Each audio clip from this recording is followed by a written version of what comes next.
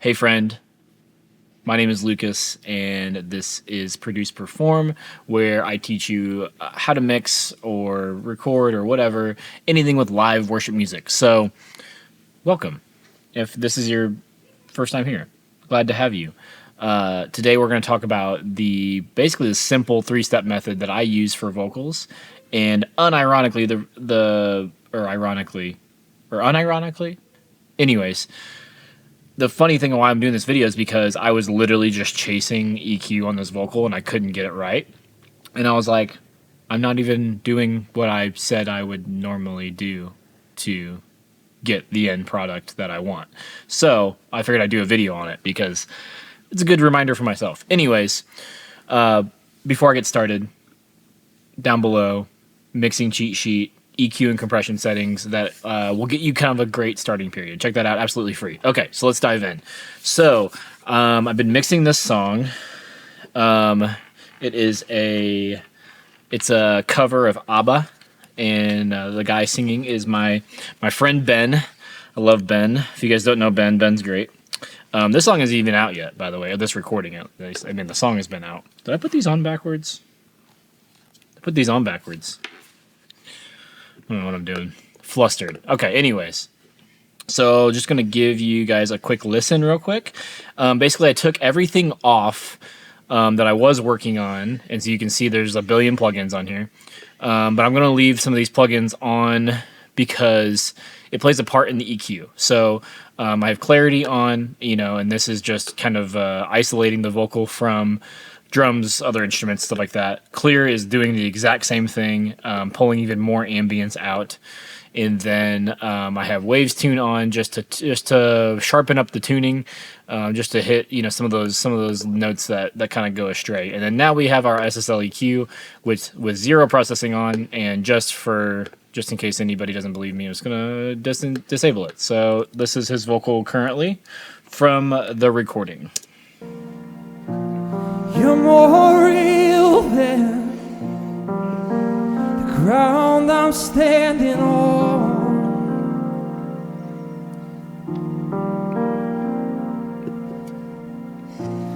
You're more real than the wind in my lungs.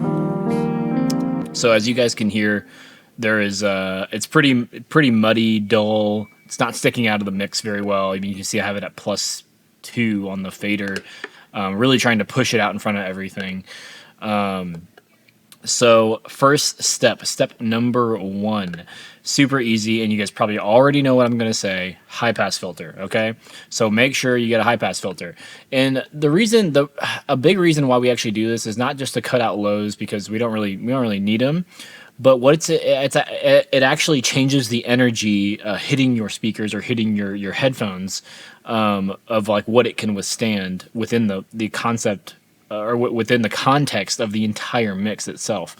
So the less energy that you don't need to the energy that you don't need to send it, it's actually going to put less pressure on those speakers or on your headphones, allowing it to have a clearer sound. So not only are we just cutting stuff out because we don't need it, but it's also providing clarity, which is what we want. We love clarity. Okay, so I usually start around 100 hertz, somewhere around there, and then I kind of cinch it up as far as it needs to go. So we're actually just going to do this in solo because if there is one thing that I mix in solo often, it is the lead vocal of any song, because I want to make sure that sounds exactly how we want it to sound. So hit play real quick.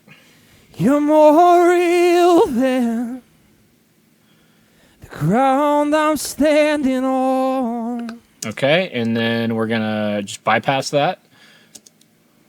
You're more real than the ground I'm standing on. So for me, it didn't do too much. We're actually gonna bring it up, and we're just gonna loop this section here. You're more real than the ground I'm standing on. You're more real than the ground I'm standing on.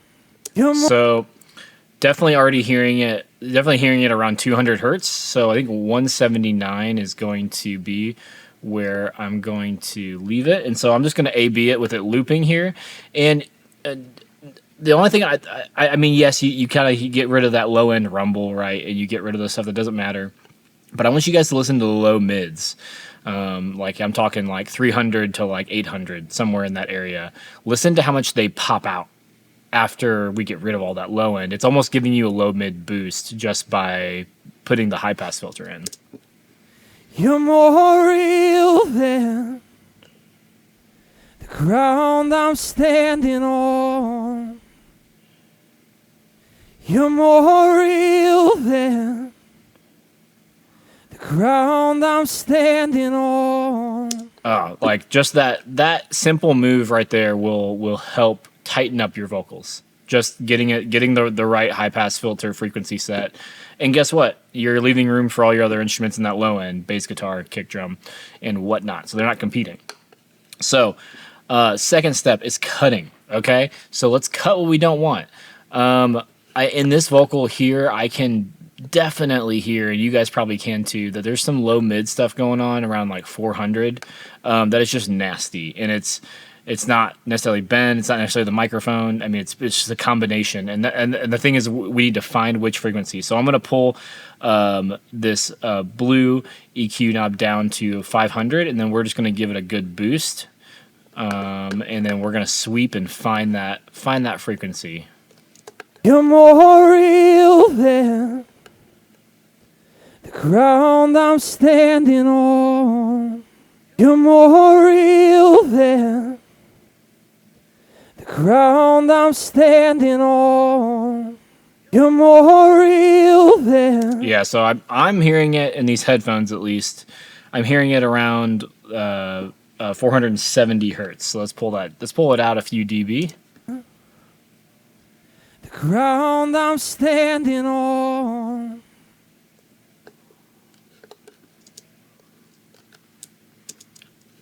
You're more real. Oh, I don't know why I did that. There we go. You're more real than. All right, let's just bypass this EQ. So we're gonna leave the high pass filter in, but we're only going to be bypassing the EQ.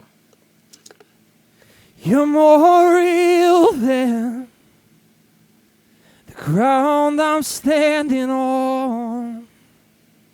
You're more real than the ground I'm standing on. I mean, for me, already cleaning it up, I could probably even take it out more. I'm probably going to take a couple more dB out. You're more real than. Yeah. The ground I'm standing on. Yeah, just tightens it up. And then also there's always something for me around the 1K mark on vocals that I just don't like, and so we're gonna search for that real quick. You're more real than the ground I'm standing on. You're more real than the ground I'm standing on. All right, sorry guys, my camera battery died. So always check your camera batteries because they might die. Anyways, so let's get back to the EQ. So we found about it was like 1.1K, 1.2K. It's just feeling really nasally, and so we're gonna pull some of that out. You're more real than the ground I'm standing on. So we're gonna A/B it with the just the EQ. You're more real than the ground I'm standing on. Just so much better already. Okay. And so after you kind of find the places you need to cut, and there may be more, okay? It's okay if you need to cut a few different places and you need to use the parametric. The reason I am using the SSL EQ is so I can't see it. I don't want to mix with my eyes. I want to mix with my ears. And And so if you are having trouble mixing your vocals, and you're using a lot of these parametric EQs that are very visual, I just encourage you to switch over, try like an SSL EQ or API or whatever suits you, whatever you think works, Neve.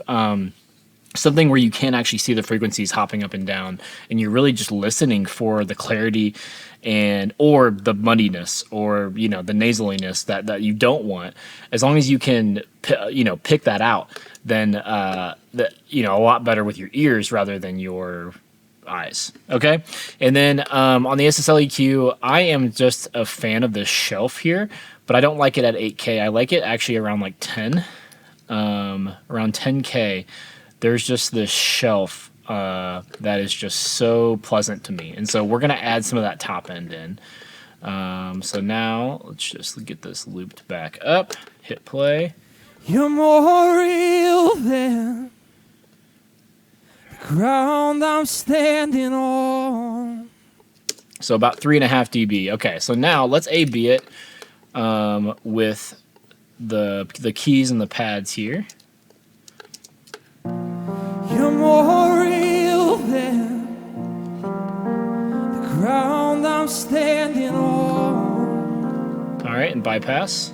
You're more real than the ground I'm standing on. And then we can come into the song a little bit here. Your thoughts define me. You live inside of me. You're my reality. Okay, and then we're gonna bypass it here. Your thoughts define me. You live inside of me. You're my reality. Man, I mean, come on, guys. That just that alone is a game changer. Just doing what we did, a high pass filter, 3 simple steps where we did a little bit of cutting at 470, a little bit of a cut at 1.1, 1.2K, and then a boost at 10K with a shelf. And that vocal has already come so much more alive in the mix with 3 simple moves. Often I always feel like if it's a live vocal, I need to do all this EQ to get it to sit right. But sometimes you just need a few EQ moves. Does this vocal still need work? For sure. Am I going to put an F6 on it and probably do some dynamic EQ? Absolutely. But this is now getting me, like, I'm already at like a great starting point with the vocal, to where all of my other moves are going to be so minuscule. They're going to be little. They're going to be tiny little nitpicky things rather than chasing the EQ of the vocal. I find myself doing way too often. So if you guys find yourself this is what I used to do is I would just sit with a Pro Q3 and I would do this and then start cutting and then I would do this for so long that then I would think it's sounding great and then throw it in the mix and then go compare it to like a professional mix. And I'd be like, what the heck was I doing? When all reality, I just needed to do some simple moves with my ears. And then I can then move into compression, move into the rest of the, using like a multi-band compressor like C6 to add a little bit here and there. And it gives you that a good a starting point to actually kind of sit into everything, because the compression might add some tonal things that you'll want to EQ out or change your EQ on, but having that starting point there is just going to set you up for success with your vocals. And it's just 3 simple steps: high pass filter, cut, boost. Like that's it. And I know it's like it seems oversimplified, but this is all it really takes to get a great sounding vocal. It's just really well done EQ and compression, and that's it. So I don't think this video is probably not very long, but hope you guys enjoyed it. And if you guys have any more questions, or if you guys want me to go deeper on this, I can. But really, it's pretty simple. It's pretty freaking simple. And yeah, that's it. Mixing cheat sheet down below for live recorded worship music, just like this. And yeah, actually, I know what you guys want. You guys want to hear part of the song, so I always forget about this. Let me. We'll go here. I think they're building here. I'm still working on this song too, so no judgment. I'm gonna turn the compression back on. Not that one. There we go.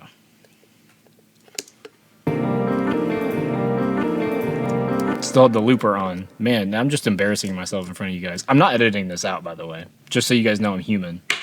You came running with me in the road, and grace is the collision on the way back home, in the arms of the Father who won't let go. You came running down my prodigal road.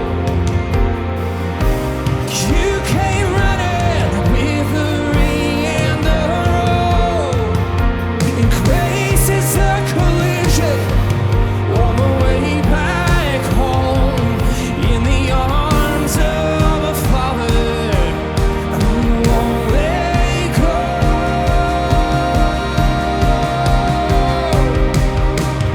Abba,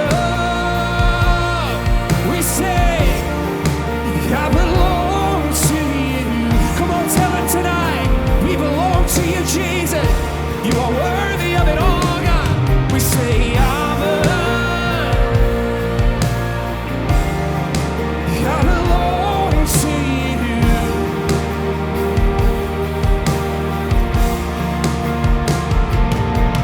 Hey. There you guys go. You guys got to listen to it. I always forget to do that. I'm sorry. There's so many videos, so I'm like, I wish people would have let me do that. I am rambling. Hope you have a blessed week. I love you. Appreciate you. And I'll see you next Tuesday. I post on Tuesdays. I'm losing my mind. Goodbye.